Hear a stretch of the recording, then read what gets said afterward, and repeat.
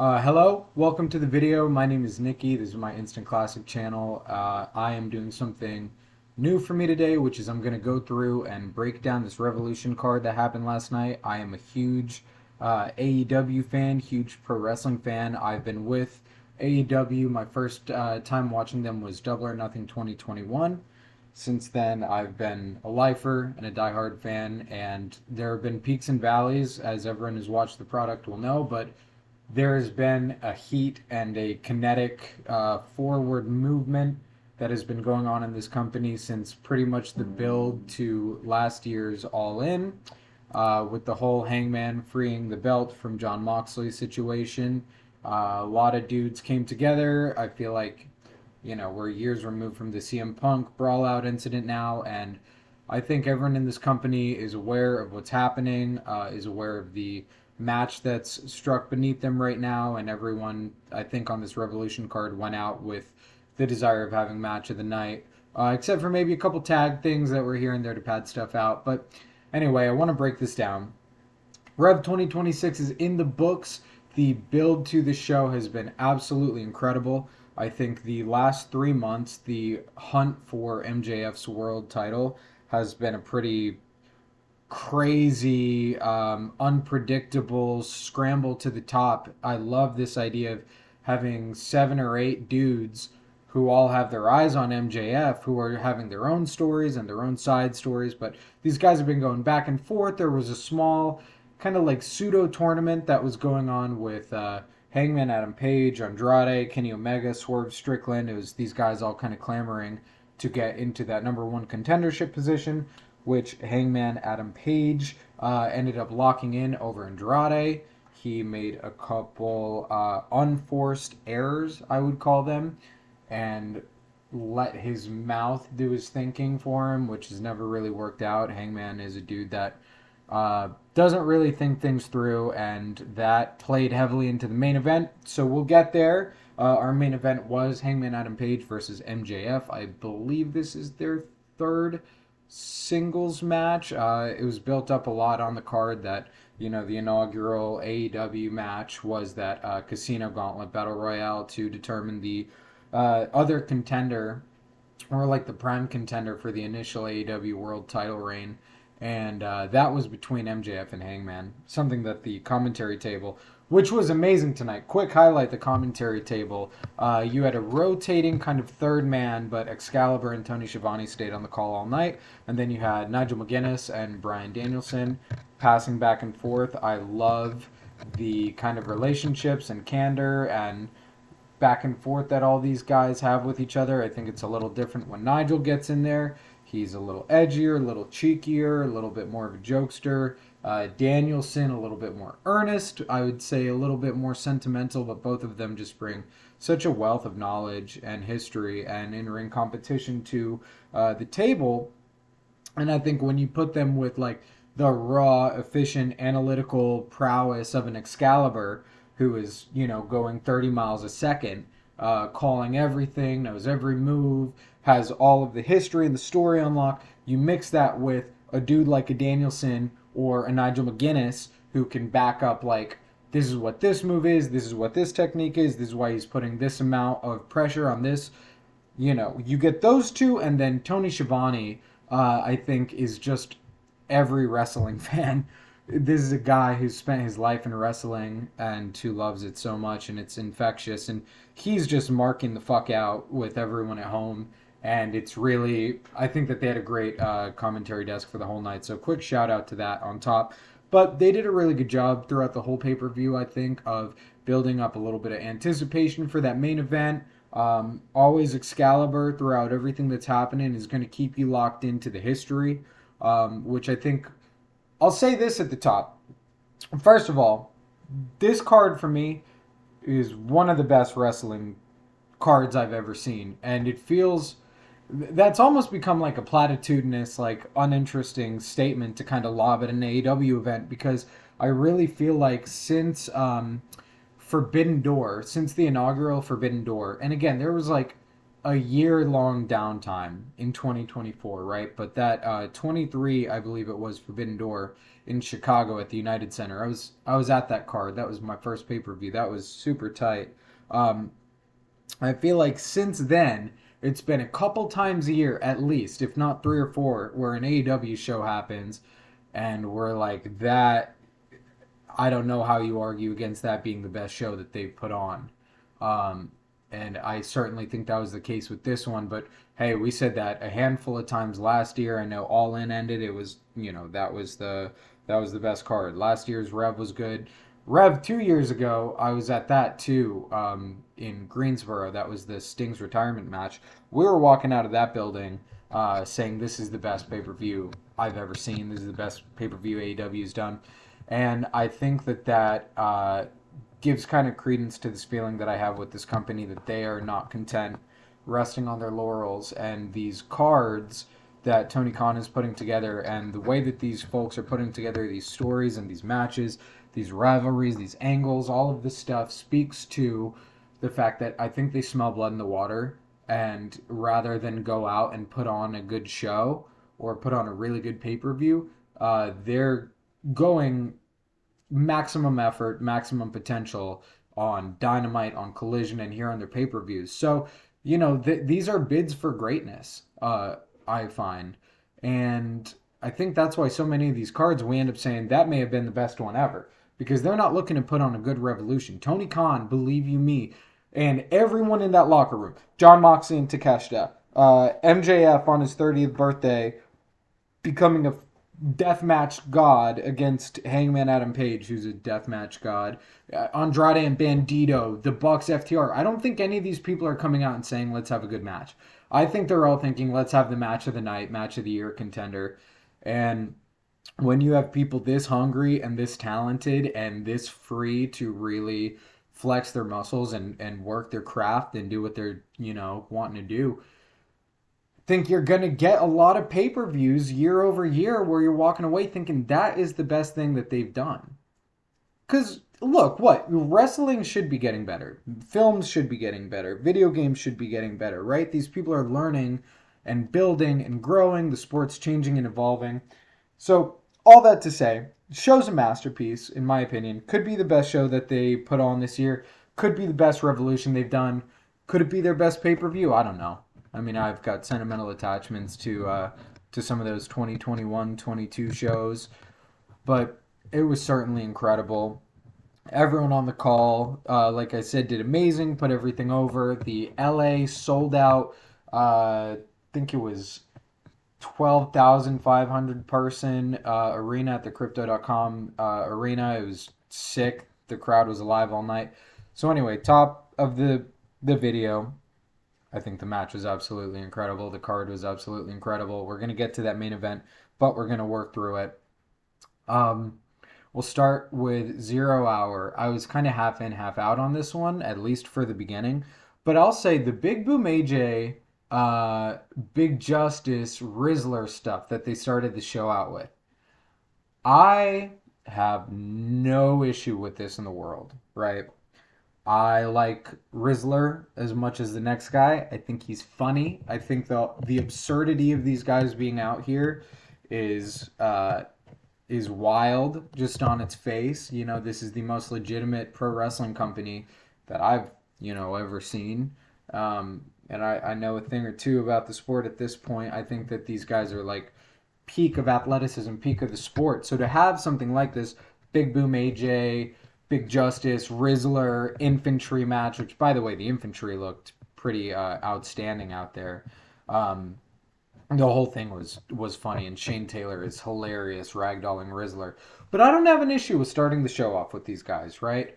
I think it's debatable how many eyes are coming to the product because of them.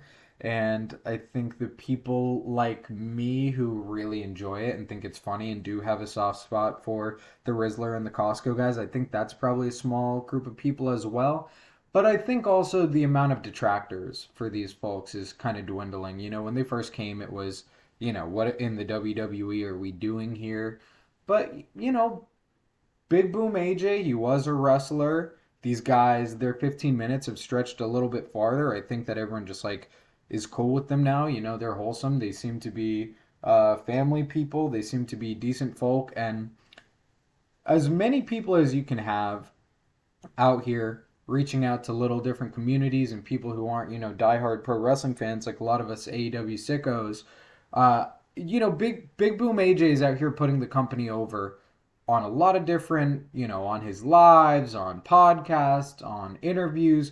He seems to really care for the company and be stoked about the spot that he's in. And there's one thing in this life that gets me, that I think is attractive, that I think is admirable, that I look for in another person, and it's my gauge for how much I'm gonna fuck with a show, a wrestler, a actor, whoever, right? A person, and that is passion. I really look for passion, and these guys seem passionate. They came out, did their thing. It was quick, fun, you know, bada boom. After that, we get our first singles match of the night, which I actually thought was pretty good too.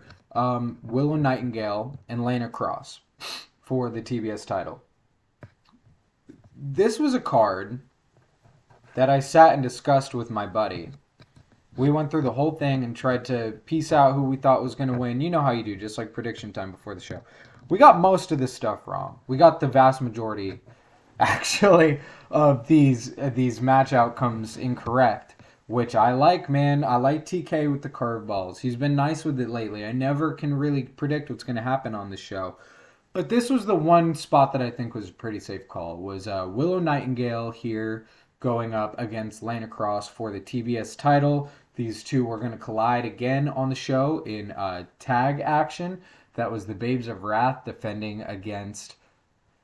Well, it's Megan and Lana Cross. They have a name for him now, but I kind of forget it already. Those two look amazing together, by the way. But anyway, the story of this was that Willow was defending her singles, and she was pulling double duty tonight because she does have, you know, at least at the top of the card, the TBS title and the women's tag titles with Harley, who, to me, has been feeling deflated on TV recently. And I love Harley Cameron. I think that she was the most improved wrestler of the year back in 2024. I think there's an argument for it in 2025 as well, although for me that honor went to Marina Shafir, who pulled out being tied in, I think, my number 2 wrestler of the year spot with Moxley right under Protostar, who we'll also talk about. But Harley's been doing a lot better. I feel like she's been a little deflated in the tag team, and I'm hoping that's something that they bring into a storyline. I think that she's kind of in a complicated position. I think the character and maybe the woman could have some imposter syndrome that they're working with and dealing with, and maybe that's tying into how she's carrying herself. Her disposition is a little different. She seems a little cloudier, a little less bubbly, a little less Harley than we're used to. So we'll see what happens, and we'll talk about the finish of that match in a bit. But anyways, Willow was defending twice tonight. She had the TBS title match here in the pre-show, the 0 hour, and then the tag belts later. So we were pretty confident. All right, Willow's going to survive this one. She's not dropping that TBS title, and hopefully we get a TBS title storyline for her. There's a couple women new to the promotion that I would really like to see get the belt. Maybe have this be a make good for Penelope when she gets better. Poor Penelope Ford back on the shelf. But this, we thought it was going to go a certain way, and it did. They have a decently, I think about like a 10-minute match. The story is simple. Lana Cross is a fucking monster. I'm getting acquainted with Lana's work outside of AEW right now. I think this is a great fit for her. Her look is unbelievable. She's drop dead gorgeous, tall, crazy athletic. I like her next to Megan as well. I think going bigger than the biggest is a really smart booking thing, putting these two together. They're a very imposing unit. But she and Willow, who is probably the biggest babyface in the women's division right now and has really blossomed in this company, have a match. They go back and forth. Lana is really just out to do damage. Willow is fighting from underneath the whole time, ends up sneaking out a victory at the cost of some serious damage done to her that would carry over into the tag thing. There was an angle later on the show backstage where we didn't know if Willow was going to be cleared to compete or not. She did end up going out. We'll talk about that later. But I think this was a totally fine a quick breezy match. You know, we've got to the point where a third of the matches on this card were women's matches, which I like. I think we're heading in the right direction. You know, you got so many dudes on this roster. I'm looking at the card and trying to think who I would cut to get another women's match in there, and they none of them really feel losable. I know that that's kind of a back and forth discussion on this card, as there's a couple trios matches or whatever that people would cut. I thought the flow of it was fine. You know, when you're coming to an AEW pay per view in 2026 and you aren't, expecting at least 4.5 hours for your money that you're paying, and you want to complain about more wrestling, that's just something I'm never going to understand. Uh, Set your clocks to it. It's a big thing. 4.5 hours. You'll be fine. You'll enjoy it. Match flew by. Card flew by. Um, but yeah, at least they have four women's matches on this. It was a nice thing to see on the pre-show. I liked it better than the kind of like tailgate brawl party matches that they've been doing for the women on 0 Hour lately. I liked having a dedicated storyline singles match with a clear winner that fed into something later on the card. I'll watch this 7 days a week, no problem with it at all. And then you go into the big, the battle royale. Let me see, 21-man blackjack battle royale. So that's different from the casino gauntlet. It's like a reverse battle royale. I was a little shaky on this at the beginning. I was gonna have fun either way, and I did have fun. But with something like this, you're really waiting for the last 5 or 6 guys in the ring to start telling stories, and you get to see what kind of one-on-one feuds are coming out of it. Some highlights from this for me. I love Champa just like laying in wait and sniping people off of the apron. Like anytime someone was on the outside and was like a little bit dazed, I'd be like, "Where's Champa? Where's Champa?" You go find him. He's already moving with the knee pad lowered. He's just like headshotting dudes off, racking up eliminations. I thought he looked great. I think next AEW pay per view I think is Dynasty, and I fully expect to see Tommaso Ciampa in singles action, if not in some kind of three-way potential match for the TNT title. I could see him, Briscoe, and Fletcher running it in a three-man at Dynasty. Excuse me. I think that would be really cool. But Ciampa was picking dudes off. Alclon had some really nice spots here. Commander, who's back, had some really nice spots here. Not loving Commander's ring gear. It's a little drab for me, but the dude is such a dynamic performer. You forget when he's off TV for a while that he really can go with any other luchador on their roster. He looked good. Juice Robinson looked good. Ace Austin was in there cutting up. He looked good. Austin Gunn. I love the whole Bang Bang gang. I liked the time that they were getting. Ricochet. We'll talk about him and Jack in a minute.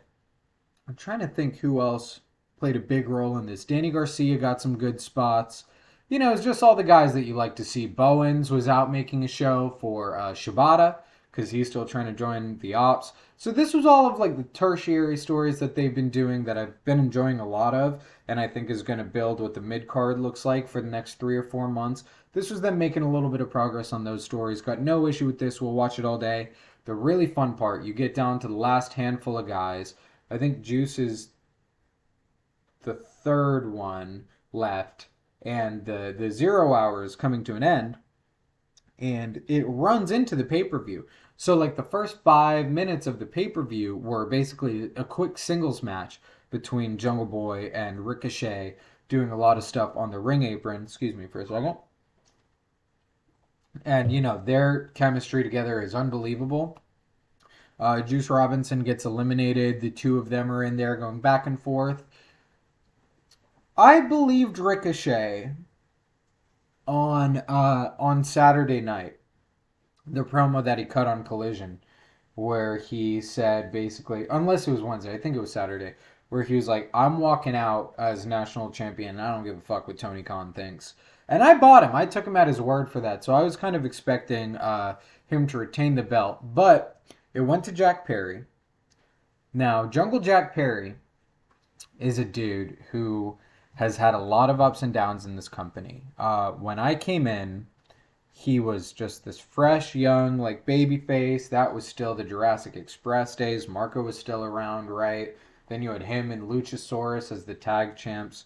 everything that happened with the whole fucking CM Punk situation, everything that scumbag did, and put in jeopardy, and just arguing with like young men half his age over some bullshit. The dude is everything everyone ever said he was, except the best in the world. But anyway, poor Jack Perry got caught in that, and he's not blameless. He needed to be more careful, and I think he was getting into a handful of fights back in those days. But to me, it seems like he's grown up and stepped up to the plate, and I've sensed a lot of maturity from him. I've always been a fan of the dude, but the reaffirming of that and like the like you're one of my guys thing happened at the end of last year with the Continental Classic Darby Allin situation. Of course, Darby gets injured after the first match of the Classic, of part of the group stage. His opening match, I believe, was the inaugural match of the C2 this year. That was Kevin Knight beating Darby Allin. Darby gets put on the shelf. Knight would go on to beat Okada, which is going to come back into things later. But Darby Allin gets put on the shelf, and in comes Jungle Jack Perry, kind of a last minute replacement. And, the C2 was was just one of my favorite things in life last year. And everything that Mox said about the dudes in there, about, they're coming in, they're doing this, 2-3 days a week, matches, back to back, training, crazy. Everyone that went in there into that round robin just gave it their all. And he wasn't even slated to be there, but Jack Perry showed up. He had a bunch of really great matches. He bit Okada's dick. He had that, for me, a classic against Pac on Christmas night, I think.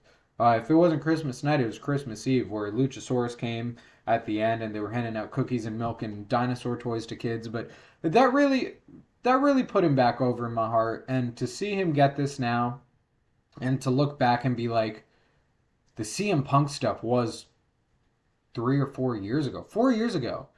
And I feel like he's healing. He gave a really beautiful interview at the media scrum that I liked a lot. If y'all haven't seen that, you should check that out. But anyway, Jack Perry does win this match, disqualifies Ricochet. They're going back and forth on the apron for a while. He clutches it out. Ricochet is absolutely shocked and bewildered, kind of as was I. But you know what? He did it in LA. I know that he went to a show with his late father, Luke Perry, like a decade ago at that arena.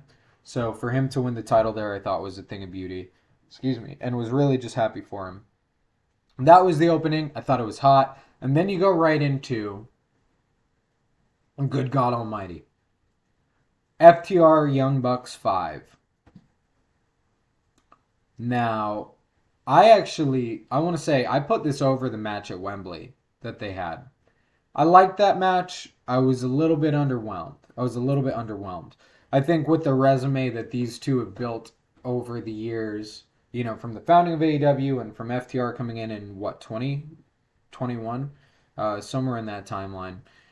They've had, both of them, more like 10 out of 10 perfect tag matches than I could ever imagine or ask for, and I think only one of those is with each other.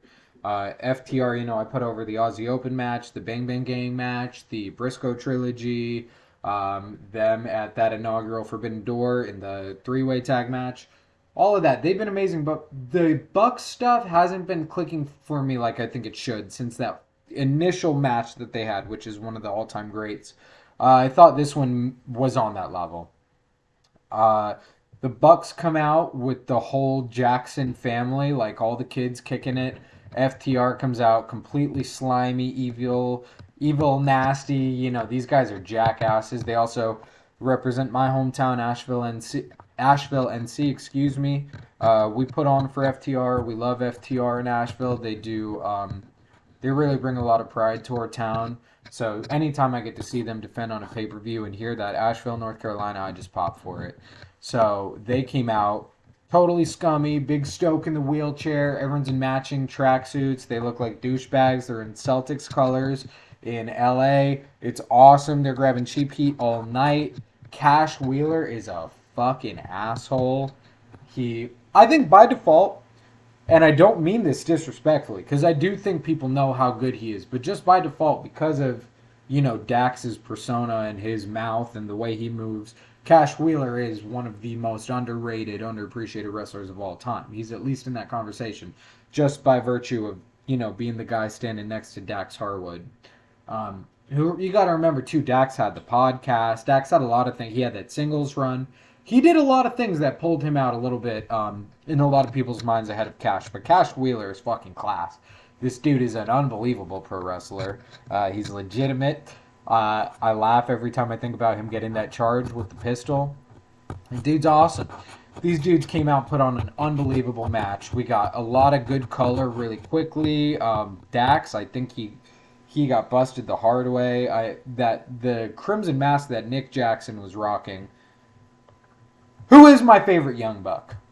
I have to say I'm a Nick Jackson fan. I think he's got the best hot tag in wrestling, and my favorite spot in pro wrestling is when Nick Jackson has a dude on the outside of the ring apron, and he flips over the turnbuckle and calls his shot, does the "you're dead," runs, kicks him in the jaw. My favorite spot in wrestling. He had a total fresh crimson mask the whole time, bleeding out. Dax gets busted open, and these two are just going back and forth, right? There's storyline stuff happening with Big Stoke. He's compromised as of now. The jig is up, Big Stoke. We know you don't need that wheelchair, bro. He got kicked around a couple times. They were fucking with the Bucks family over at ringside. Matt Jackson had this beautiful moment touching foreheads with his son. It was the first time tonight I got full body chills. Would not be the last. And they go back and forth for a good long while. Like, this is a real meat and potatoes opener. These are four of the best wrestlers in the company, and these are four of the dudes that you think about AEW and you think about excellence and you think about them. And so I love this. Young Bucks, FTR, another classic in the books. I'd say their second classic. And FTR retains. FTR actually retains despite, I think they were kind of making you think it was a red herring that the Bucks were going to go over because of their family. But no, they just got more heat on FTR. Those dudes are dastardly right now. And the first big return of the night happens with Adam Copeland coming out. He's got the revenge thing. It was cold. The music starts playing. He looks like a fucking psychopath, you feel me? And then Christian Cage, we're looking around for him, right? Doing the Christian Cage, looking for that man, because his fucking thing's on the Titantron. Well, you wait a minute. He sneaks up behind FTR, jumps them out. Copeland gets in the ring. FTR's on the outside. Big Stokes compromised. You got Cage and Cope, as Copeland's shirt says now. It's Cage and Cope. It's not Cope and Cage. Cage and Cope staring down the Young Bucks. Man, we're eating. We're eating. AEW tag fans, we're eating for real, for real. So I thought that was wonderful. First of 8 matches, I believe, on this main card. Is that right? No, 9 on this main card. So yeah, fire, classic. What a bar to start off with, all 4 of these guys. Genuinely, I think for me, I fancy the Young Bucks as probably the best tag team of all time. And you can say whatever you want about that. I think it's undeniable. I love this form of wrestling. I love the moves. I love the dynamic action. I love the adaptation. It's like jazz when these guys are out there. I love seeing some shit and not even understanding it. And just totally worked for me. After that, let me see. Next match on the card, we went into Toni Storm and Marina Shafir. Is that right? Yeah. So, Toni Storm. You can't see it up here. I got my signed Toni Storm print. I got to meet her at WrestleCade in Winston-Salem a few years ago. Shout out North Carolina, you feel me? One of the greatest wrestlers to me of all time. That's just what it is, You want to talk character work. You want to talk reinvention. You want to talk promos. You want to talk dynamic. The Hollywood ending. All of that shit. Good God. Unbelievable. My buddy was reminding me she was on a tear when she started out as Timeless, before it went back to babyface. This is a 4-time women's world champion. This is a woman who, before I started watching AEW, I was on the WWE shit during the pandemic, right? Lost that real quick. But I remember seeing her get called up to the main roster. She was coming from, I think, NXT UK. And her debut thing, and I thought she was so cool. I saw her look. I had been going online. I had been watching her matches on YouTube and, on all these different wrestling sites. Watch Wrestling IN, shout out, back in the day. I was getting so familiar with her, and then I see her on this show on, I think, Raw or Smack. I don't know if it was Raw or SmackDown, but it was her debut on the main roster, and she gets Charlotte Flair throws a pie in Toni Storm's face, and I'm like, good God. She debuts at AEW, and the rest is history. This woman has a storied career. She is a kingmaker.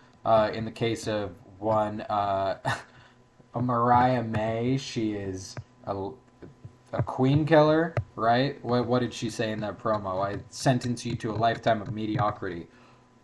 Oh boy, was that the case. Good God. But here she is with Marina Shafir. So you take one of, in my opinion, the best wrestlers out there, one of the greatest women's wrestlers of all time in Toni Storm, and you put her with someone like Marina Shafir. Now, Marina Shafir, she comes in, and I think she was part of that, what the fuck was that MMA, American Top Team? I'm not in the UFC world, I'm not part of that. I remember that guy was coming out and feuding with Chris Jericho, that old dude who was really annoying. It's like Dan something. That was a weird time, man. I don't need Jericho back in this company. Dan Lambert, I think that was his name. He was coming out, he had Marina. I couldn't care less about Marina for a long time. The Death Rider stuff started out shaky. Something clicked with me. About April last year, I was looking at Marina, I was looking at Mox, and I got it. And let me tell you, when I see this woman, Marina Shafir, I am locked in to every second. It's the aura, it's, the look, it's the swagger. It's how she feels standing next to Jon Moxley. It's the air of legitimacy. It's everything. And for me, she's got everything except she can't go that well. Right? The work rate's not quite there yet. And look, who am I to talk, man? I'm not in a wrestling ring.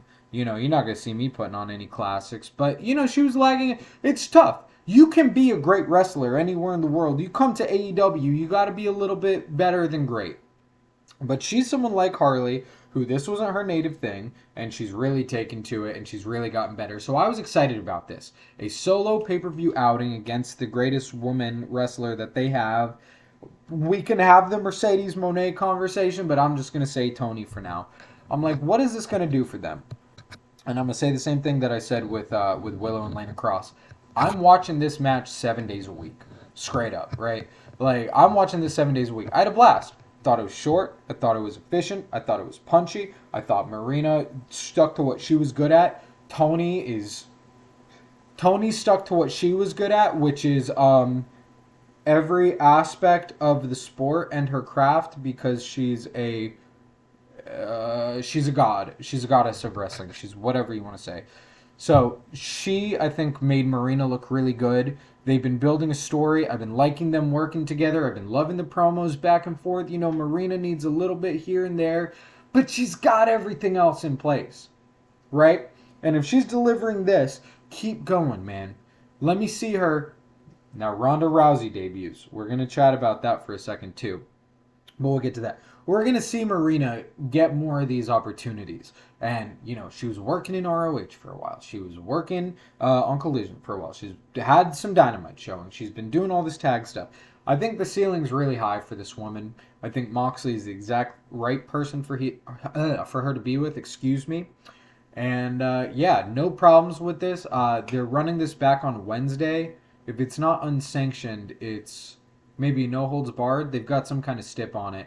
I know this was everyone banned from ringside. Yeah. I think that Marina's going to go over on Wednesday, likely due to a debuting Ronda Rousey. Never in a million years did I see this coming. I don't care for Ronda Rousey as a person at all. Never liked her as a wrestler in the WWE. Never liked her as a promo. I feel like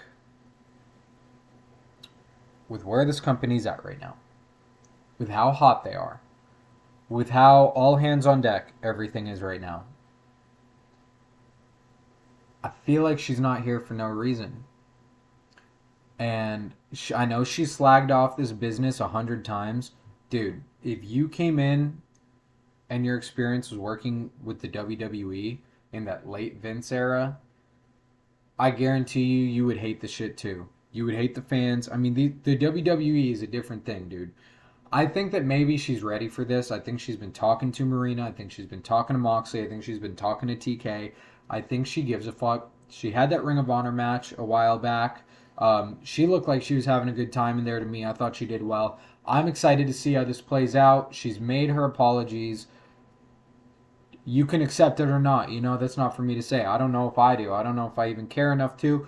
Point is, I didn't hate this. I actually popped pretty big for it. I like the look of her and Marina. I've been wanting Shayna Baszler to come in and be with Marina for a long time. Now, if you bring her in, and half of the Death Riders is real verifiable, fighters, these three women, if you can get Shayna, I think we're really cooking something. Excuse the sip. But I'm not mad at this. And I like she had the Rowdy Roddy Piper jacket. I didn't know if that was going to be able to carry with her. I saw that. I was about it. I liked her dapping up John Moxley. They apparently know each other and like each other. I'm good with this. Death Riders, we didn't know where the fuck that was going. And it ended up being one of, for me, the best wrestling stories of the modern era with the Hangman Page thing. And now, when the Death Riders come out, if you're like me, that might just be your favorite thing on the show. Because I think John Moxley, we're about to get to this, is the best wrestler maybe of all time, right? Moxley is an animal. But she comes out, debuts, very split reaction in the crowd and on socials. I get it. I'm not going to slag anyone off. I pop for it. I'm ready to see where this goes. I have faith in Marina Shafir, John Moxley, Tony Khan, Tony Storm, Ronda Rousey. That's 4 elements I trust and one that I'm going to give the benefit of the doubt. Anyway, good match. Not incredible, but they did really good. And a big angle at the end, which sets up John Moxley coming out for his match with Konosuke Takeshita in a no time limit thing. The one thing I'm going to get out of the way is that the no time limit stip didn't need to be on this. They didn't need any stip. I get the point was, we had that time limit, draw last time that we clashed, and we want to be able to do this with no, guardrails, no one stopping, no one pulling the plug. Now, the issue is, and this was stated by Excalibur, and I think it was known beforehand. I heard a couple people say it on, YouTube videos, and I went double checked. It's like, oh, yeah, that is true. But Excalibur says it. The time limit for Continental Championship matches in papers is an hour. I think these dudes went 27 minutes, 27, 28 minutes. So you didn't need that. It was okay though. It was a fun build to the match. And when you... Actually, I'll say this. When they announced that the two of them had passed the 20-minute mark, I got really excited. I was like, oh, shit, this is the... Alright, next gear time. Anyway, don't know if it needed the stip. These two come out.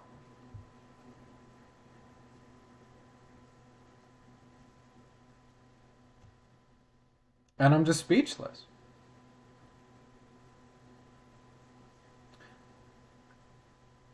John Moxley is one of the dopest fucking people walking this planet. And he's a hero of mine in a lot of ways. He's someone that was really instrumental in me falling in love with wrestling in the first place.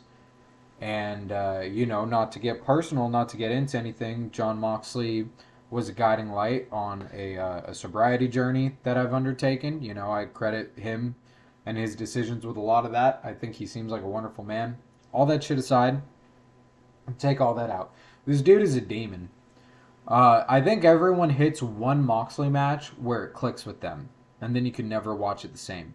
Because from an outsider, like, okay, it's just like a dude doing wrestling. And then you start to see the details. Then you start to see the perfectionist.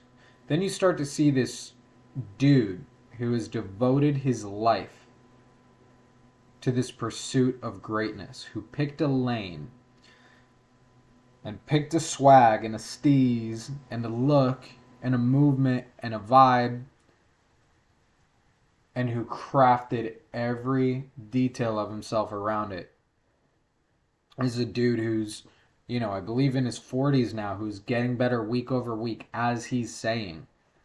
This is a dude who is staring down every, in my opinion, you could see it in my dog's ojos, right? When he stares someone down, he's putting all of himself in it. I don't care if he's wrestling Serpentico or if he's wrestling Kazuchika Okada. This is a man who's going to do everything that he can to secure victory. And he's going to learn while he's out there, and he's going to take something from it.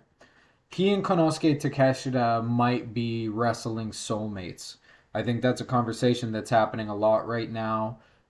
People, talk about the CM Punk John Cena thing, the AJ Styles John Cena thing, the, Swerve Strickland Hangman Adam Page thing. Now, this is our second time, I think, maybe third time seeing these two. Yeah, because there was a match years ago. This must be the third or fourth. I think they're going to keep going, keep running it back throughout this year.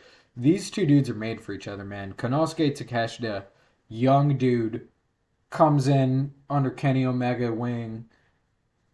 This guy is going to be someone that we're watching forever, man. This dude is so young. He hasn't had his first AEW world title yet. He's an IWGP world title holder a few months back. He's got a belt right now. This is a guy that's going to be here forever. We are watching a Kenny Omega, a Kazuchika Okada, a Jon Moxley, right? These are the guys. Think about this too with Konosuke Takeshita. Is he winning every match that he's going out there and winning when it's a chance at a big one? No. He's got a W over Kenny for sure. For sure.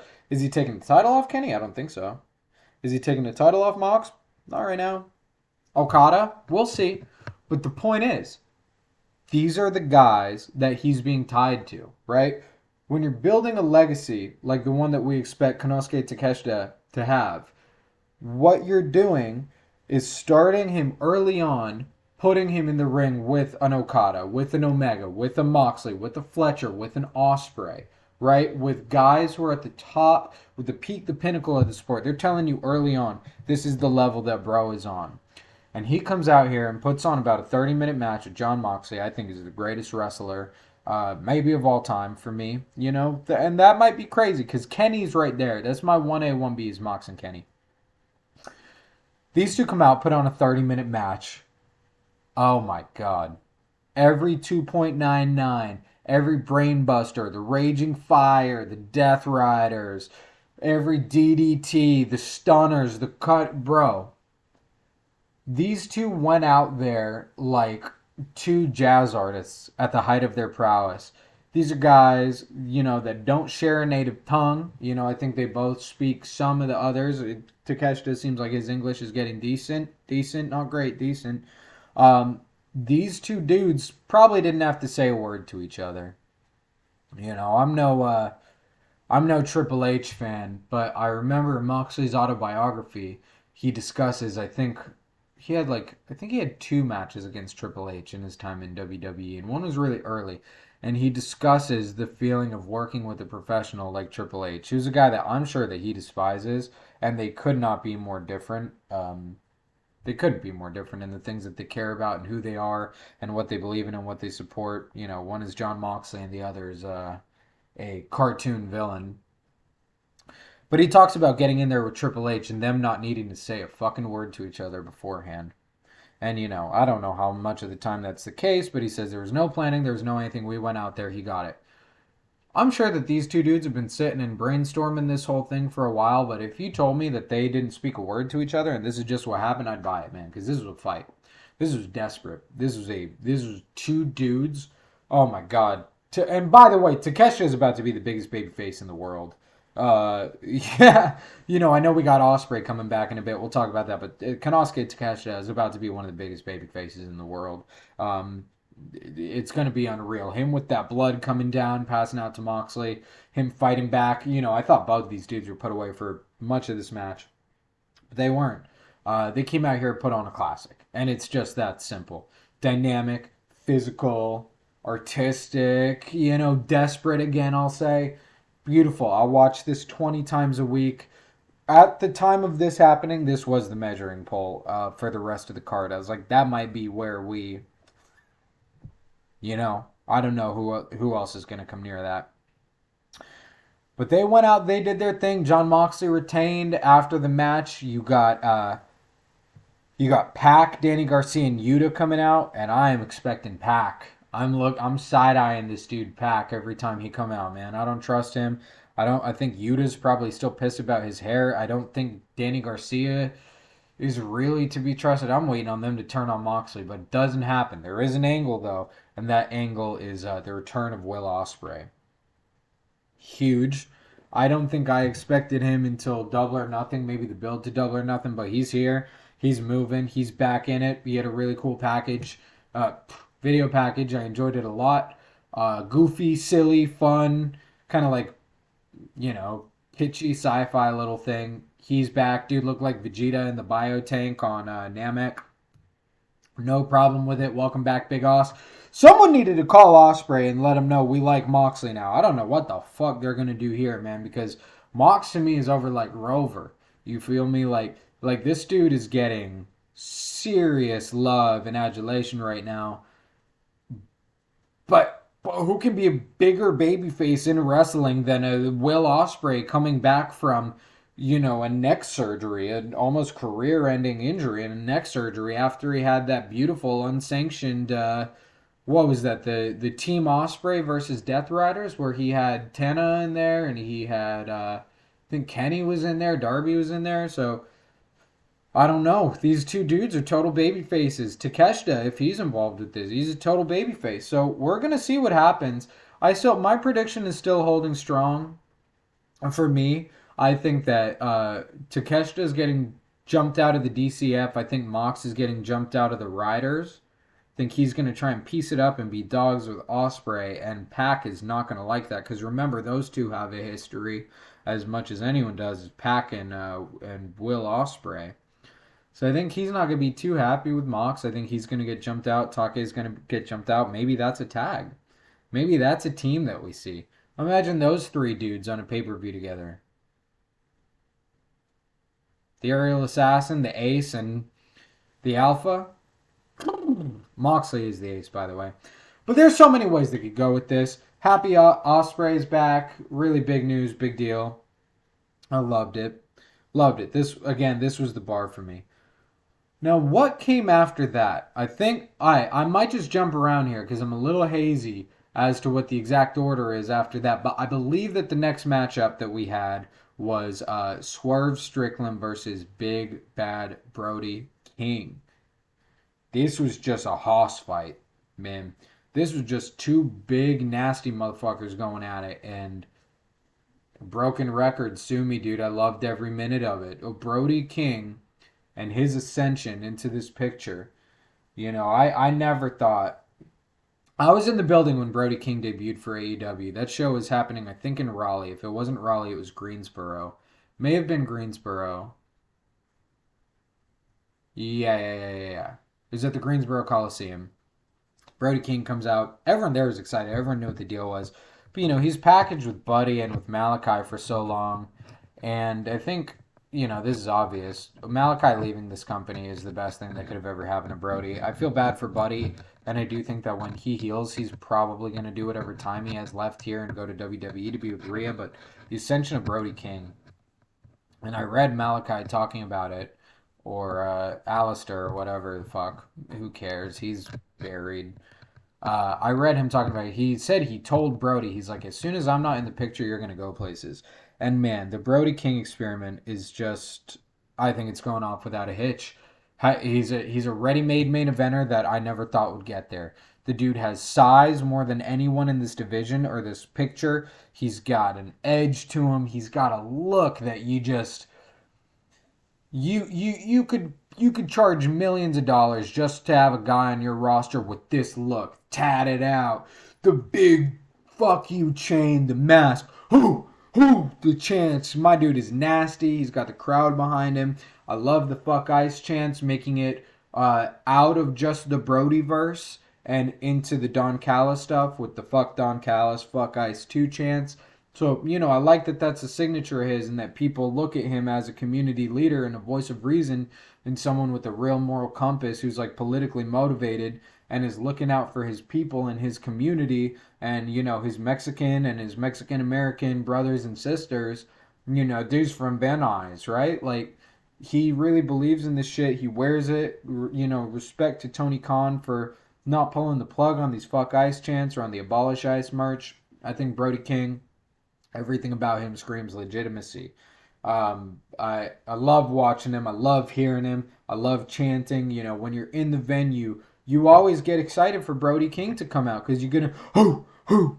I'd rather do that than yeet. You feel me? And you're going to see someone get choked out. Now, there's an asterisk on all of that, right? And that asterisk is Swerve Strickland. And you want to talk best wrestler in the world conversation, man. I feel bad because I leave dude out. I really do. And I don't know why. He's got the world title ring. I think it's because so much happened for him so fast, right? I think so much happened so fast with Swerve Strickland once he came here. And he actually is a guy that debuted at Revolution, so I think this makes it his 5th Revolution with the company. Maybe fourth. I think 4th. But he came out, and on his debut Revolution, he signed a contract with Tony Schiavone. He said, not verbatim, but the essentials of it were, I'm here, I'm going to be here for a very long time, and you are going to remember. I wasn't super familiar with bro, and I went on Instagram, and people were like, damn, I thought that contract signing was going to be someone else. This was before AC had popped up. This was before... No, Adam Cole was in the company. It was before a lot of cats had come over, right? Claudio wasn't around yet. It was a bunch of cats that hadn't shown up yet that we have now on our beautiful roster here. But people were like, I don't know if that spot is the Swerve spot. This could have happened on Dynamite, not like a bespoke, announcement on a pay-per-view and a contract signing. Years later, this is one of the most legitimate athletes in the history of the sport. This is a dude who, together with Hangman Adam Page, told a top 5 story in wrestling history. And still going. I don't think you can argue that, by the way. I think Hangman Swerve, again, if you want to bring it back to wrestling soulmates, that's one of the true legendary stories of modern wrestling. Brought both of them. I was rewatching... because we had the Texas Death Match tonight and we had Swerve and Brody, I rewatched that Hangman Page Swerve Strickland Death Match at Full Gear. The TDM, the Texas Death Match, not the lights out steel cage fucking nightmare. Incredible match. But there's a moment in that match. It's like the Simpsons meme, right? It's like the Simpsons meme where they're like, you could see the exact moment where his heart breaks. You can literally pause your TV when you're watching that Hangman Adam Page Swerve Strickland Texas Death Match, which, by the way, is on HBO Max now. Every AEW episode and pay-per-view on HBO Max. So go back, watch your favorites, show your friends your favorites. We got access to this whole library. Let's take advantage, you feel me? But I was going back and watching that. You can pause on the exact moment where Swerve evolves into something else and he becomes like a death god. I don't know what it is. He's a demon. Dude's a fucking demon, and that's all there is to it. Hangman Adam Page goes up. This is in the old match, right? Staple gun. Pushes Swerve. Swerve hits the ropes and bounces off. He's been eating offense for like 12 minutes. He's been gushing blood for like 10 minutes. He's covered in staples. When it starts, he's backing up. He's got his taped up, arms dug up. Hangman. Staples, right?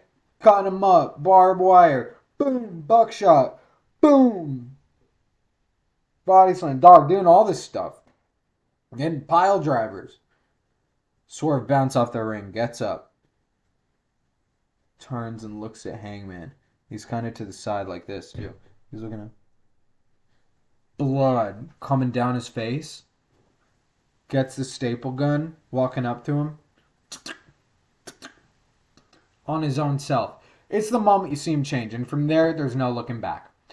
Long-winded, all that to say, I got 80 memories of Swerve Strickland doing that kind of shit, and it's all from the last 3 or 4 years. So maybe that's why I don't jump to Swerve Strickland when I'm thinking greatest wrestler working today, but god damn it. He might be. He might be. You got 7 dudes in this company, 7, 8 dudes. Couple women, too, that might just be the best wrestler in the world, man. I'm not counting out Mercedes. I'm not counting out Tony. I'm not counting out Athena. I'd have to be smoking fucking crack to count out Athena. But it might be Swerve. And that's the problem for Brody King, is that this dude Swerve Strickland has built something for himself. The moment he ditched the mogul stuff and just, it was about him, right? You know, I'm not going to say it's not gimmicks. He's got the chain gimmick. He's got the Who's House gimmick, but it's all over. You know, the mogul thing, you're incorporating too many people. You know, he found out the same thing that Hanger found out, and that MJF found out, and that a couple dudes at the top found out. Darby, well, it wasn't ever really a thing for Darby. He just had Sting. But these guys found out, just go with you. Just do your thing. You don't need the faction. You know, it's tough because AEW is largely a faction-based promotion, especially when you got units like the DCF, you got the Death Riders, you got the Conglomeration. There's usually a form of the Elite, but not popping off right now, right? You got factions all over the place. LFI is running around. The Demand, the Bang Bang Gang. We got the Dogs now. This is a place where if you don't got someone to have your back, you're going to get jumped out. You're going to get fucking stomped into the dust. And Swerve Strickland used to have those things with the Mogul Embassy. And I was actually rewatching that Full Gear match, and I'm just so sucked into it, that Texas death match from a few years ago. And it's this beautiful story, this ballet of blood and death that these two men are putting on and sacrificing their bodies. And I forget that Brian Cage comes out because he was with the Mogul Embassy. Brian Cage comes out. And, yeah, it took me out. And Swerve realized all I need is me and Nana. Since then, he's been perfect. He dropped all that stuff. So, anyway, again, that's the problem that Brody King is dealing with here, is that he's going up against a dude who bet on himself, who left, who came here alone, who stripped himself of the Keith Lee thing, who stripped himself of the Mogul Embassy. It's him and it's Nana. You know, Hangman when he needs him, or when he doesn't. I think they're back to having beef. Well, you know, that's about to flare up again, I'm sure, now that Hangman is a bum. Spoilers. But yeah, Brody had to deal with Swerve. And not to say that he didn't hold his own. These two went back and forth. This was vicious, man. Early on, you got Swerve exposing the concrete down on the outside. You've got both Brody and Swerve ripping away padding on the top of the barricades. They're taking off turnbuckle pads. They're exposing metal down at the end. A couple really nasty spots on that metal. There's one where Brody King, you know, Swerve has exposed the metal on the bottom set of ropes, right on that bottom turnbuckle. And he's got Brody down. And Brody, my man Brody, is holding on to the metal. And Swerve got his boot on the back of Brody King's head. And he's trying to bounce it off of the metal. Brody has got, and Swerve's not a small man. You know, Brody's a beast, but Swerve's not a small man. Brody, who's been just like totally wrecked the last 20 minutes of this match, probably not even that long, but he pushes himself up, gets Swerve off him. I'm like, I knew my man Brody King wasn't eating that. But these dudes took a lot of nasty offense. I don't think there was any color in this match, which was good because there was enough on the rest of the card. But yeah, they really just beat the living fuck out of each other. They did it with style. You know, this is something that everyone's already saying about this card, which you could say about a lot of AEW cards, which was that this brand of violence was different from the other brands of violence on the show, right? This felt totally different from the nonsense in the tornado tag match. I say nonsense lovingly. That hyper violence with the dogs. It was totally different from the very intimate personal violence between Mox and Take, and of course it's different from that main event. So another one just totally landed for me. Swerve goes over. Excuse the sip. Swerve goes over. Kenny Omega comes back. I thought he was in Japan playing Street Fighter. I thought my dog was gaming in Tokyo. But he's here. Their story is about to take off and run. I am personally so happy that there isn't a title attached to this feud because I want them to take as long as they need to and let it get personal. Let Kenny have his version of the Hangman feud with Swerve Strickland, and let Swerve have it with Kenny because, Swerve really looks up to Kenny. Kenny Omega was actually on Swerve's podcast. This was years ago. This was like right after Swerve had debuted, maybe a few months after he debuted. He had Kenny on, and I know that he looks up to Kenny, like I do. Shout out, that's my 1A, 1B with John Moxley, Mr. Kenny Omega. But he looks up to Kenny, so I'm very excited for both of them that they can have this. I think Brody looks fine in defeat here, man. Swerve is in the conversation for the best guy, and he's been that way for about 3 years now, and it's just compounding as he adds more and more legitimacy and more notches to his belt and performs more styles and more violence and more crazy promos, more legendary openings, ring gears, entrances, vignettes, bro. Like, if Brody got to lose to someone, I think it's okay that it's Swerve. And for me personally, I don't see him leaving the title picture, or at least the top of the card for a long, long time. I think this is a dude in Brody King that you can slot into any main event, any show opener, any pay-per-view bout, singles, doubles, trios, ladders, dog. Keep him around. I love Big Bad Brody King. I loved this match. Swerve Strickland, Kenny Omega. The next month is about to be really fun. 2 months is about to be really fun. So again, great. Keep it moving. I think we're about halfway. I might go a little shorter with a couple of these. Next up we had, I think, Chris Statlander and Tekla. 2 out of 3 falls match. This is one I think I could save a little breath on. The match was great. I was getting tired, right? And again, I'm not saying anything about the length of the show. I love a long pay-per-view. I paid $50 for this and I got every dollar's worth. That's not cheap to a guy like me, You lay down $50, you want to get your money's worth. I was happy with it, and I got it on YouTube so I can go back and rewatch these matches. But, I wasn't out, but I was like, I'm going to chill for a minute. This, to me, almost felt like, and people can say I'm tripping, just the way that the crowd was interacting with this, it almost felt like a Wrestle Kingdom match.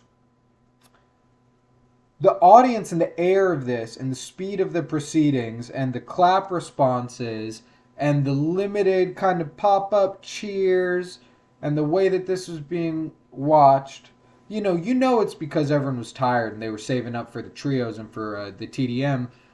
But it almost felt to me like watching a Japanese match where they were just really soaking in what was happening, and it let a really cool story play out.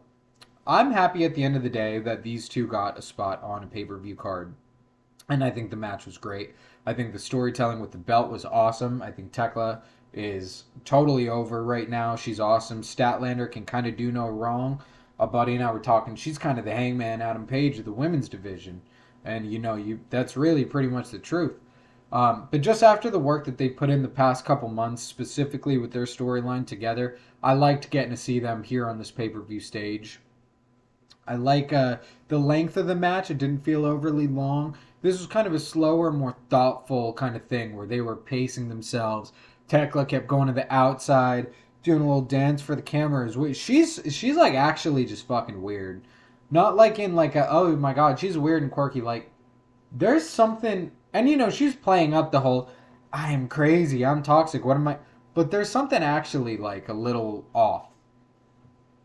Like really with her. So that was something that I enjoyed watching. The two of them have great chemistry. It went pinfall, pinfall, pinfall. The way you kind of thought it would. Tekla gets the first one right. She holds the ropes to secure that pinfall. She gets that about 10 minutes into the match-ish. Stat's kind of running things for the beginning of the match, but Tekla does pick up that first pin. Second one, after a bunch of brawling on the outside, goes to Stat. There's some shenanigans with the ref. I don't remember if it was Bryce Remsburg. I don't think it was. I forget who was the ref for this match, but they did a good job with, there was a big ref bump spot. They were down for a while. Tekla goes to the ref, kicks him in the stomach, turns him over on the outside, takes off his belt because he'd confiscated her belt that she wanted to use against Stat. Gets his belt, goes in. Stat ends up commandeering the belt from her and giving full retribution for those nasty lashes that Stat received on, again, can't remember if that was Saturday or Wednesday. It may have been Dynamite. She gets her comeuppance on Tekla, gets some really nasty physical blows in on her, but Tekla goes back to the well of, relying on the dastardly Sisters of Sin. This seems to be something that she's really comfortable with doing. I'm fine with it. I think Sky Blue looks great. I like her sleeve looks new. I think maybe that's why she's been off air for a couple weeks. She's been letting that heal. Maybe it's not new, but either way, I love her tattoo game, Sky Blue. Julia, I've cooled on a little bit, but I think she can get me back. But yeah, anyway, Tekla uses both of them. Maybe the only thing I'll say is I would have liked to see Tekla win this straight up. Because I'd like her to have that title for a while. But if the story that you're saying is, Chris Statlander is the one, and Tekla just can't get that win over her, or you don't want to do that until Tekla has beat Tony or Mercedes or anyone that Stat beat in her run, I suppose I can get it. Either way, I'm happy with the match. I'm really not one to nitpick too much. These two are hopefully closing out this story. I think they've done a good job with it. I like Statlander putting Tekla over. She looks really strong. Stat's not going anywhere. This company's her home. We love her. Chris Statlander, we love you. You were part of AEW from the start, and I'm ready to see what comes next. A little Stat heel turn, a little longer than the last one. Really get into it. Deal with that character. Go to some dark places the same way Hangman's about to. I think it'll pay dividends for her. And you know what? She's going to be even more legitimate next time she holds that women's title, which I think looked damn good on her. But for now, it's still toxic territory. Tekla is still coming out on top. And I'm excited to see who her next program is against. One second. The common thought seems to be right now that we're likely getting Tekla dropping to Mercedes Moné at All In. And if she could hold that belt for another 4 months, I would be a happy camper. So, I'm with it. I'm trying to think, does anything come at the end of this match? No, this is the first one in a couple where we haven't had a big match angle to end it with. But really, really solid. And that brings us into our next match. Now, this is one that I keep hearing people say online. This is the one to cut from the card. This could have been a Dynamite main event. While I agree with you that it could have been a Dynamite main event, that's just because they've been doing pay-per-view main events on their weekly television for like the past 3 months. And if you think that this match should have been left off this card, you are fucked in the head. This was everything I thought it was going to be. These two luchadors, man. By the way, shout out all of the lucha representation on this match. They're in LA. They showed out, man. There's a lot of great lucha libre happening on this card. From the Mystico thing to Andrade and Bandito. There was some really amazing lucha spots in that Battle Royale match. That was really fresh. There was a lot of good lucha on here, and I really enjoyed it. But these two just came and put on a heater. Limited story going into this one. It's all you needed. Bandito is like a little bro to Andrade. He said, I grew up watching you. You're a hero of mine. And now they're both here. One of them's a world champion. One's not. If Andrade had maybe the loyalty and stuck to one promotion the way that Bandito has done, maybe that'd be a different story. But he's back, and I feel like he's back in AEW forever. And goddamn do I love watching Andrade. I still can't believe that we got this dude back. That was, out of all the folks that left, at the time I was bit up about Cody. Now I'm, God bless, he's out of here. Fuck CM Punk, didn't care about that. I was upset about Miro. Now, again, I don't care. If you don't want to be here, don't be here. Was upset about Malachi, same thing. You don't want to be here, don't be here. Andrade was the one, man. To me, he was really part of that DNA. I think a lot about the matches that he had on Rampage against Pac. Those are some of my favorite matches 2021, 2022. There was a crazy 8-man tag that happened years ago that was Andrade, Malachi Black, and FTR versus, I think, Cody, Pac. It was another babyface tag team, but I just loved him. And he's been so good since he came back. But yeah, they have a limited story going into this one. It's kind of just who's the better luchador. And, I'm not just your young boy. I'm a world champ, and I'm here, and I can take it to you. And man, did these dudes put their whole hearts into this. This was funny. This was kinetic. Again, this was jazz-like. These dudes are flipping all over the fucking place. Diving, jumping. They've got this beautiful spot that I loved where they're trading. Andrade keeps trying to get the three amigos, but Bandito breaks it at two. Bandito gets two back to belly Germans. Excuse me. Andrade breaks it at two before he could get the third. Goes back to Andrade, two amigos. Goes back to Bandito. He hits the third German suplex, man. And they keep doing that. And it's this one-upsmanship, man. This felt like a competition. This felt like a sporting competition. Andrade, he's DCF, but he didn't feel like a shitheel to me in this. He was having fun with it. He's relaxed. He's hitting tranquilos. He's taking snaps with the girls. They do this thing. Bandito rips his pants off. He's got tearaway pants. They get stuck. Poor Bandito. Andrade capitalizes. 8 minutes later, Andrade drops his pants. He's wearing the smallest red, like Valentine's Day banana boat you've ever seen in your life. It's so funny. And again, just you want to talk variety, match variety on this card. This was, we're about to get into two other party matches. I actually think I missed one. I think the Mystico one happened before this, so excuse me. I'll get to that in a second. But, just totally different, fun, singles, hard-hitting, uber athletic. Andrade picks up the win. It's extremely close. A lot of near falls with these two. There was no title on the line. This is just an outing.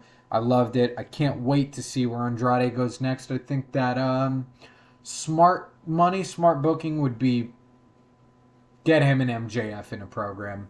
I really think so. Get him an MJF in a program. Maybe throw one more dude in there.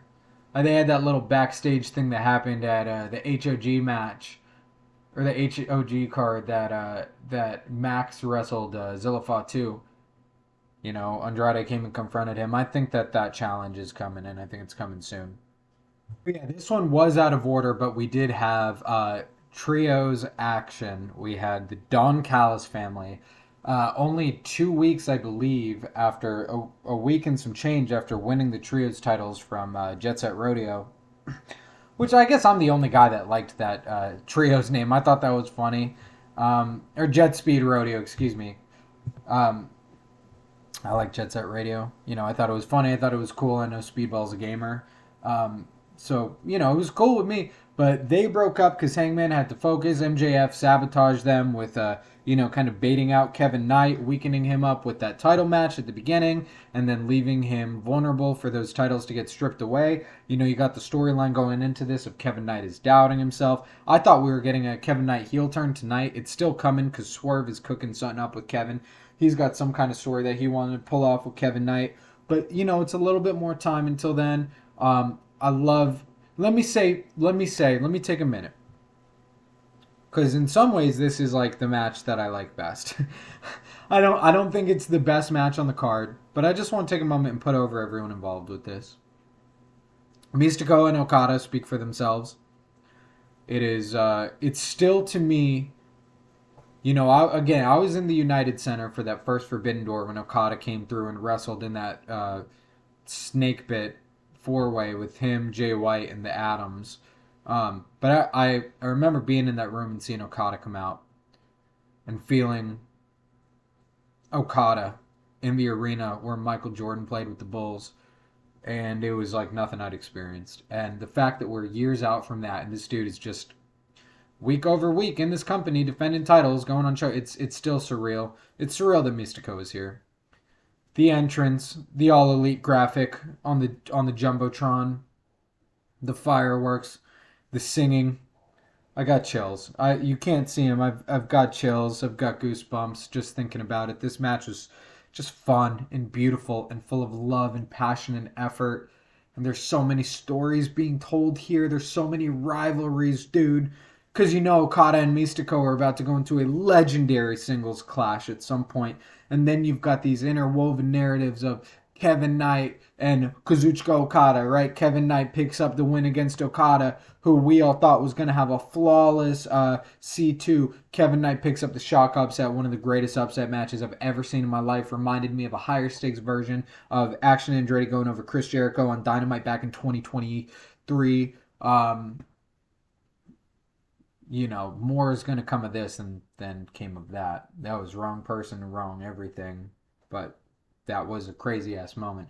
Kevin Knight gets the upset just like Speedball Mike fucking Bailey. Shout out Speedball.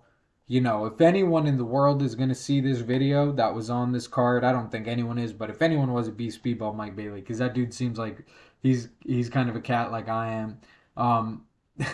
And he spent a lot of time on YouTube, I bet. I watch his vlogs and all that.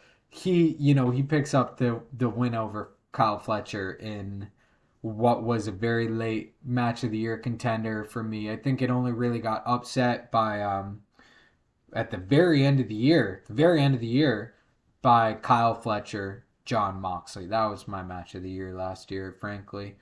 That was just custom made for me. But Speedball goes over Fletcher in the C2. They run it back on Dynamite last week. It was a classic. These two, again, you want to talk soulmates. I don't know what it is. I've seen 10 million David and Goliath stories in my day. Kyle Fletcher probably, and I keep saying this, but I think from like a scientific, maybe like an empirical evidence, like if you were to break down the essence of what these guys are doing and how they're doing it, and break down like what matches are happening on what shows and all, I think Kyle Fletcher is the best wrestler working right now. I find it hard to argue. I say this to my buddy. When Kyle Fletcher has a dude in a corner and he sprints full bore from one side of the ring to the other, lifts up his leg over his head, connects his fucking tip of his boot to a dude's temple, flips over, pops up, does it again, and screams, I find it hard to argue that he's not the best wrestler in the world. I don't think I can make that argument. But for some reason, Speedball Mike Bailey has bro's number. God. Fletcher won their last confrontation, but Bailey was getting the Wolf's share of the offense in that match. Bailey, for some reason, I don't know if he's too fast. I don't know if he's too smart, because Fletcher's brilliant. Fletcher's quick. Fletcher's dynamic. But Speedball just got him.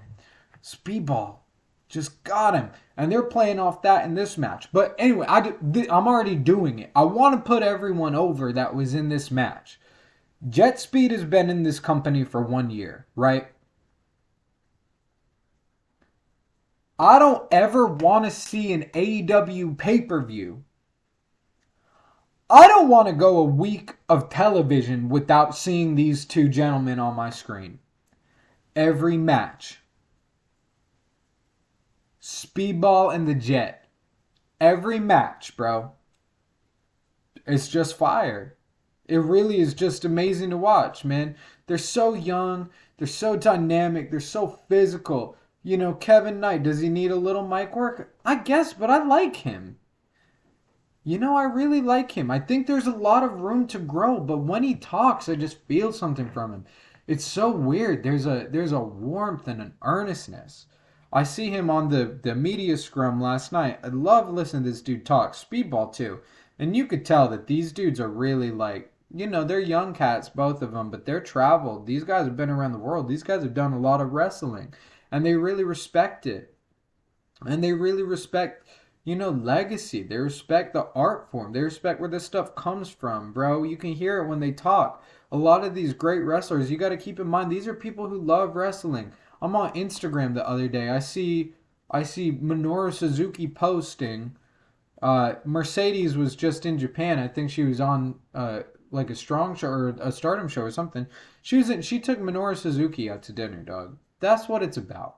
Is loving the sport. I mean, Mercedes not the youngest, but still, she's a student of the craft. She's a great wrestler.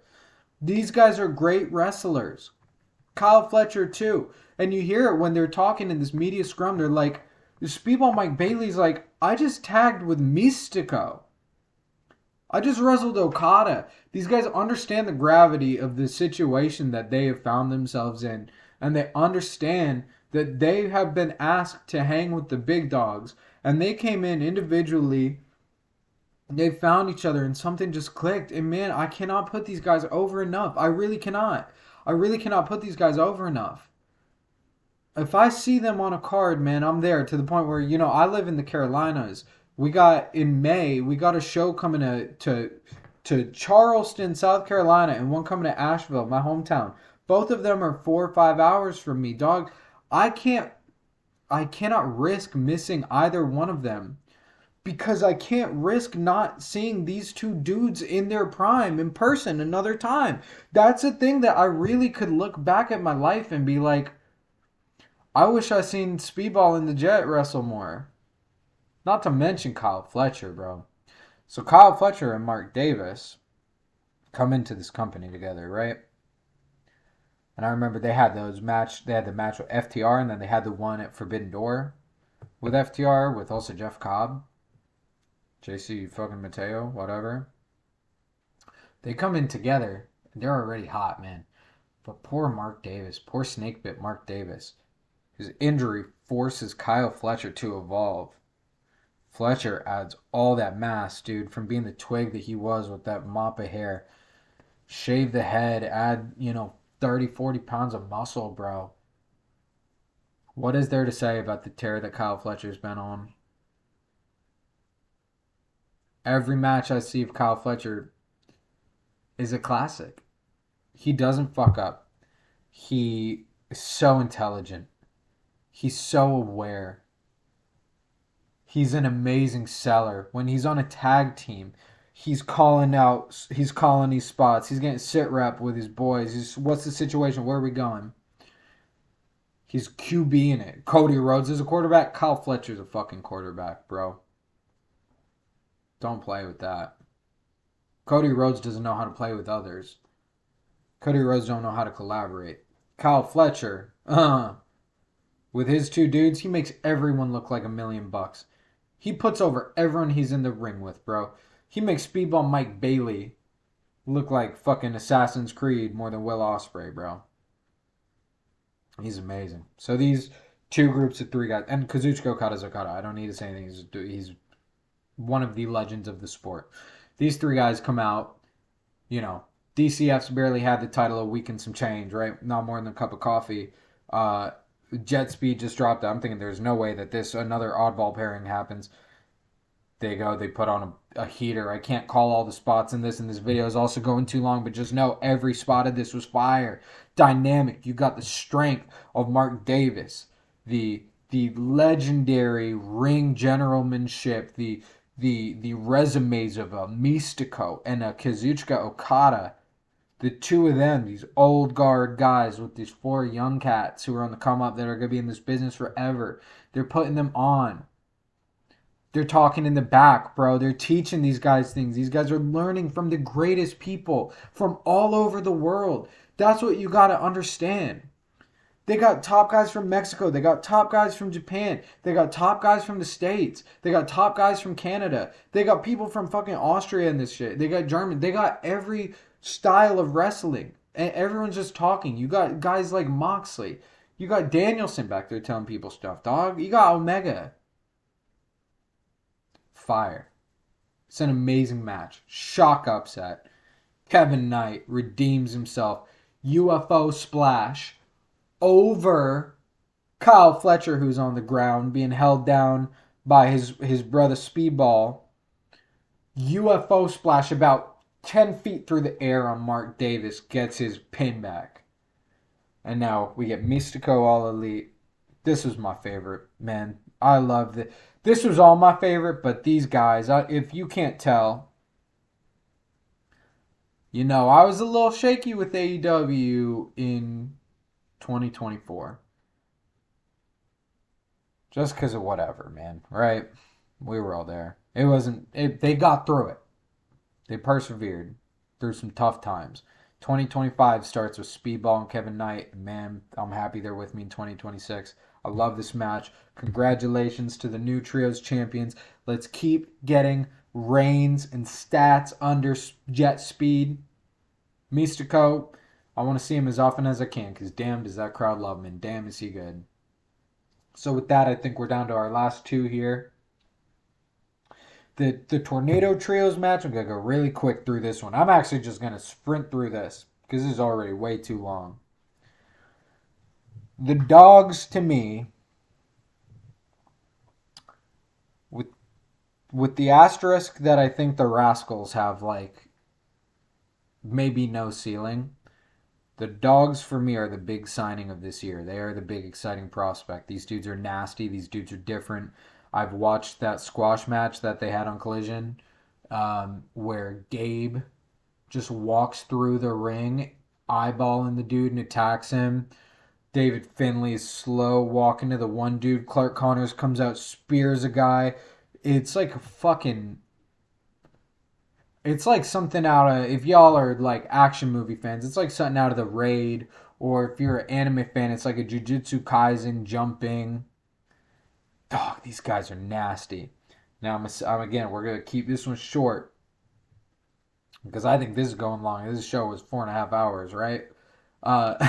So I get it. I get what people are saying. I do get what people are saying, for sure. But I like the length, and I was still in it at this point. I just don't have much to say. Darby...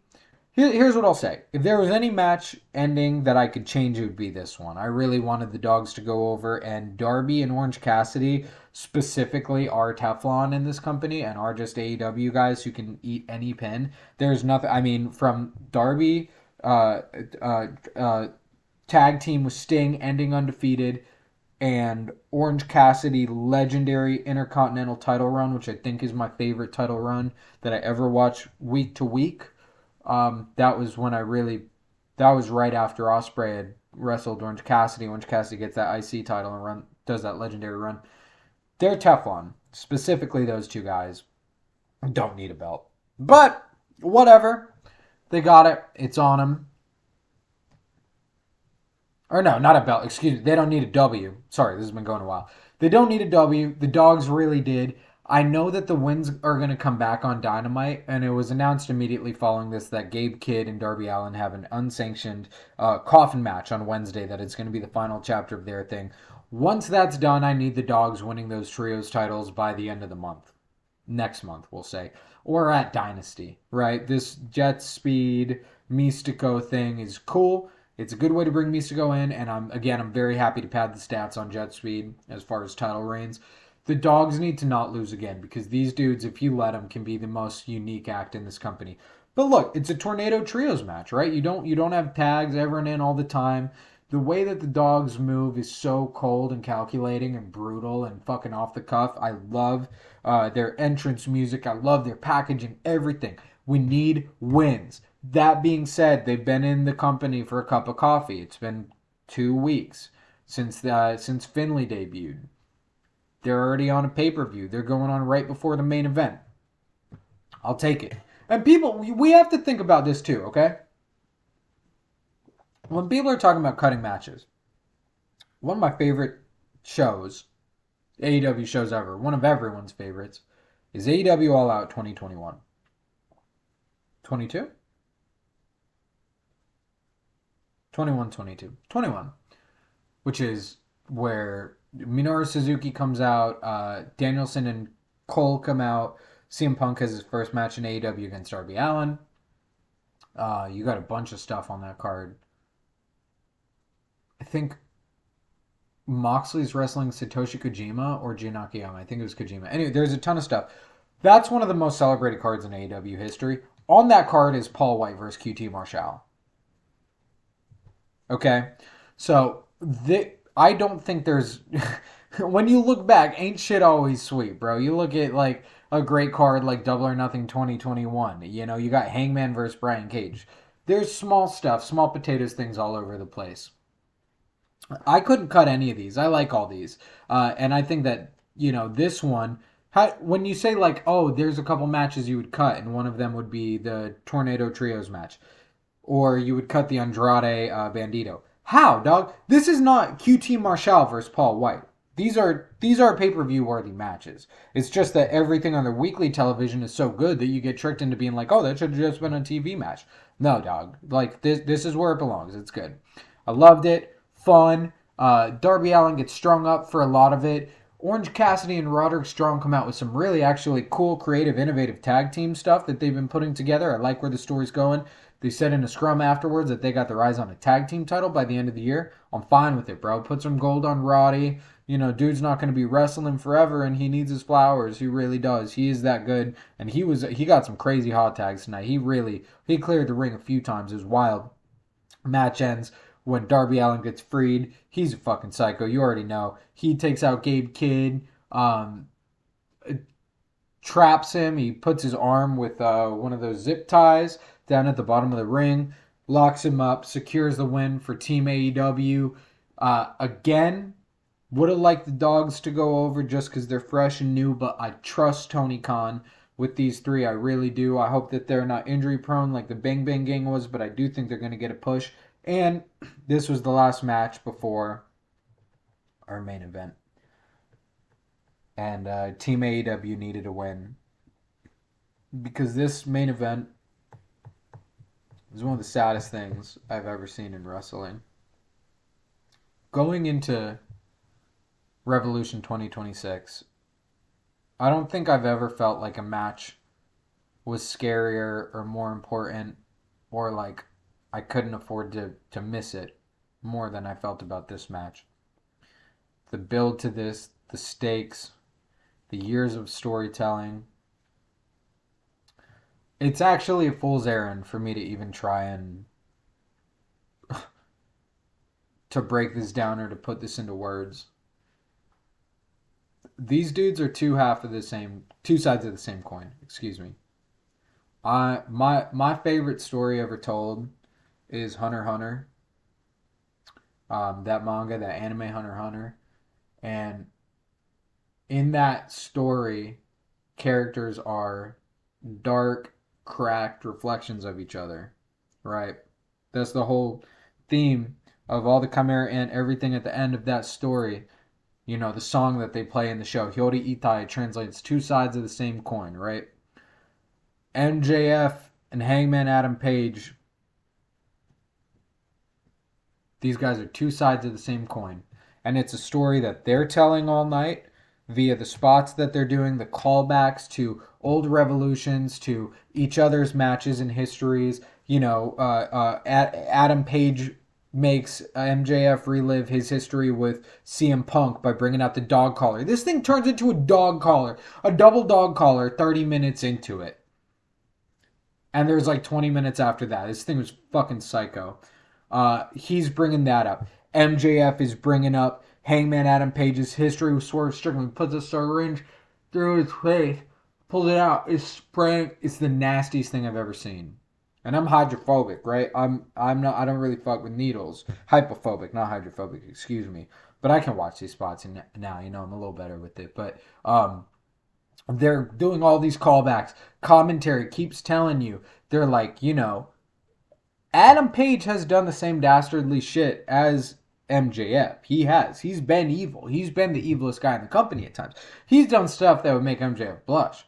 However, the fans rock with him still because he is who he says he is. He apologizes when he's doing this stuff. It's not because it's shortcuts. It's because he's like genuinely fucking demented. The problem is it's about sportsmanship. It's about integrity. It's about standing 10 toes down for AEW. And, we know now it was shaky back the bidding war of 2024 stuff. I was really worried that MJF might head to the Fed for a minute, but, he's stuck around. He's been saying lately, that's what it is. I'm a lifer, and I believe him in that. And I'm very happy about it because he is AEW. These two are AEW. You want to boil AEW down, I'll say this again. My favorite wrestlers are Kenny Omega, shout the fuck out, and Jon Moxley, right? Who were envisioned as the aces of this company, right? Poor Kenny's been injured, all that. Moxley, I think, is the ace of the company. But you want to talk about what is AEW? It's these two young men and the path that they've been on for the last 7 years. From the moment this started. And sitting here in 2026,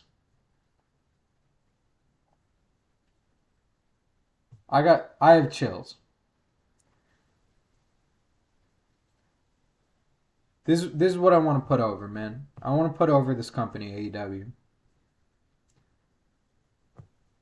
A lot of us have had a rough time in life as of late. And I think a lot of the world hasn't shaped out like a lot of people thought it would. And there's been a lot of weird stuff. You know, people deal with death all the time. People deal with financial issues all the time, relationship issues, you know, worrying about your government, worrying about your safety, worrying about your family, worrying, you know, there's so much to worry about. And so the unshitification of a lot of media is such a real thing, dog. You know, I'm a movie guy, right? That's what I got my master's, my education in is film studies. There's a lot of stuff in the film studies world and film world right now that is just corporatized and cannibalistic and just sad and backwards, man. You know, I'm a comic book guy. You feel me? Like, I am an anime guy. I am a literature guy. I'm a all these things guy. I'm a video game guy. And you see in all these spaces, these practices come in, and these corporate people, and these people who don't give a fuck about anything but themselves and about their bottom line. And it's like, again, it's a platitude. And it's like, yeah, no shit. And it's almost silly to say. But that's really what it is. We really are like alone out here, you know? But we got communities. The people at the top don't give a fuck about us. For whatever reason, Tony Khan and the people in this company give a fuck about us. I can tell you who doesn't care about you is TKO. WWE. They are looting their brain dead fans for every cent that they have. They're laughing. They have so much contempt for their fans. The WWE truly thinks that their fans are fucking morons. And they know that they can just rob them blind. And they can. We don't have to deal with that in AEW. This company, for the past 6 years of my life, has meant so much to me. Going to these shows has meant so much to me. Going online when I'm having a rough time and listening to people talk about AEW, running down cards, breaking down their favorite characters and storylines has meant so much to me. Meeting new homies and keeping up with them through the love of wrestling. I used to put on, you know, in my local town that I live in right now, I used to show AEW Dynamite at a bar that my homie worked at. We used to show it every Wednesday night. We had people come in and watch it every Wednesday night. And it built community. And to look at what this thing has become, and a match like this really makes you sit and reflect on your history with this company. It makes you emotional. Because someone gave a fuck.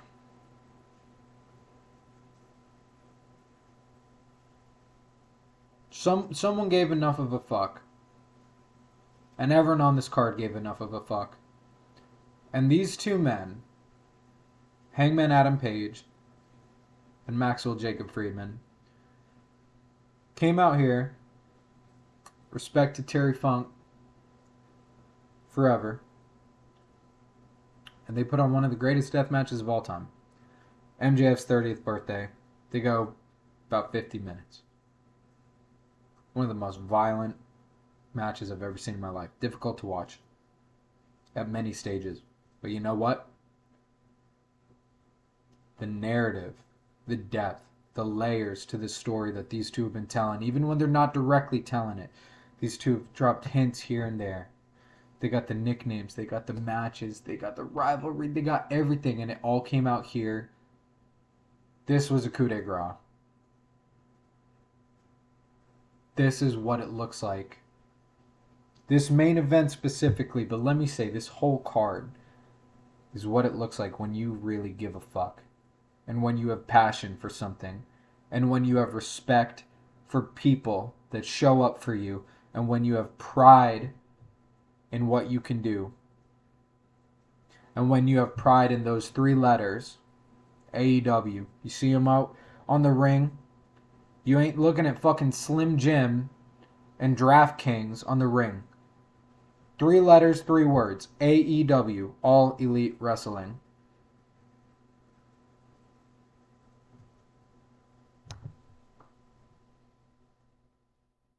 And the problem is, Hangman Adam Page lost this match. Which means he can no longer challenge for the AEW World Championship. And I actually don't want to get too into this. I don't want to speculate on this. I don't want the last 5 minutes of this video to be me saying, here's how I think this is going to go. Because I don't think that's valuable. Because who knows? I called most of this card wrong. So if there's one thing I know now, it's that I can't try and see where Tony Khan's going with something. Or where MJF's going, or where this world title is going. All I know is that I trust them every step of the way. If there's a story here, they know what it is and they're going to tell it. They didn't do this for no reason. Hangman Adam Page didn't just get pulled out of the title picture for no reason. This dude has been more considerate in his storytelling. I remember Malachi Black, and I don't mean to shit on him. And he's coming up again. I don't mean this, but I've just been thinking about this. I remember when he came in AEW and he was forming the House of Black. He was recruiting Julia and Brody. This was before Buddy joined.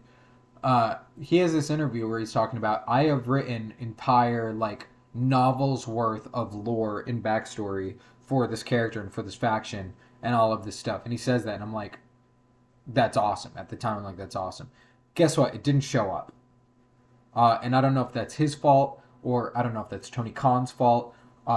If it was not put on the show because they wanted to minimize the amount of fucking supernatural angles on the show that every other wrestler has to work around and deal with instead of making it like a human back and forth collaborative effort, then yeah, good call. But anyway, Malachi said this.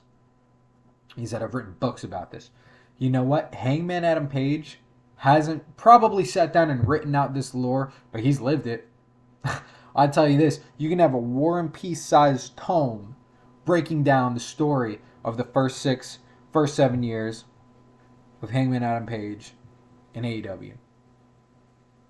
And now we're about to open a new chapter. And it's about trust. And it's about confidence. And they wouldn't do this for no reason. So Hangman Adam Page, you have in me an eternal fan. MJF as well. Both of you guys. Tony Khan, everyone on the card. I'm never going to stop watching this shit. It feels good to be respected. It feels good that my money is respected at a time when shit's tight. And it just feels really good on Sunday to sit down and watch some pro wrestling. So, I think that's pretty much going to wrap it up for me. AEW Revolution 2026 is in the books. This is the bar they've set for the year, man. If they set this card this night, if they set the bar with FTR and the Bucks, well, they just set their year of pay-per-views with Revolution. I can't wait to see what comes next. I will be waiting with bated breath on all of this. Goes without saying, I don't think that this card is perfect. I think there's a couple things that I would have gone, but god damn, every minute of it, I was just happy to be alive. I just felt happy in my heart to be watching pro wrestling and felt blessed for my health and blessed for my good fortune to be sitting on a couch in a beautiful apartment and watching the best wrestle. So, are there things, little imperfections? Yeah, sure. But to me, a 10 out of 10 isn't the absence of imperfection. It is doing something greater than what I ever could have deemed possible. And the cumulative effect of this, the sum of these parts to me is a 10 out of 10 pay-per-view. In other words, Revolution 2026 is an instant classic. If you guys made it this far, thank you so much for watching. I don't put a lot of videos on this channel, but I'm trying to get back into it. Obviously, the setup's pretty bummy, crummy, but limited funds. Just wanted to come on here and talk about some wrestling. I'm going to try and make another video this week talking about Resident Evil Requiem, which I'm really in love with right now. But yeah, if you tuned in, thank you so much. Appreciate it. and take it easy. Yeah.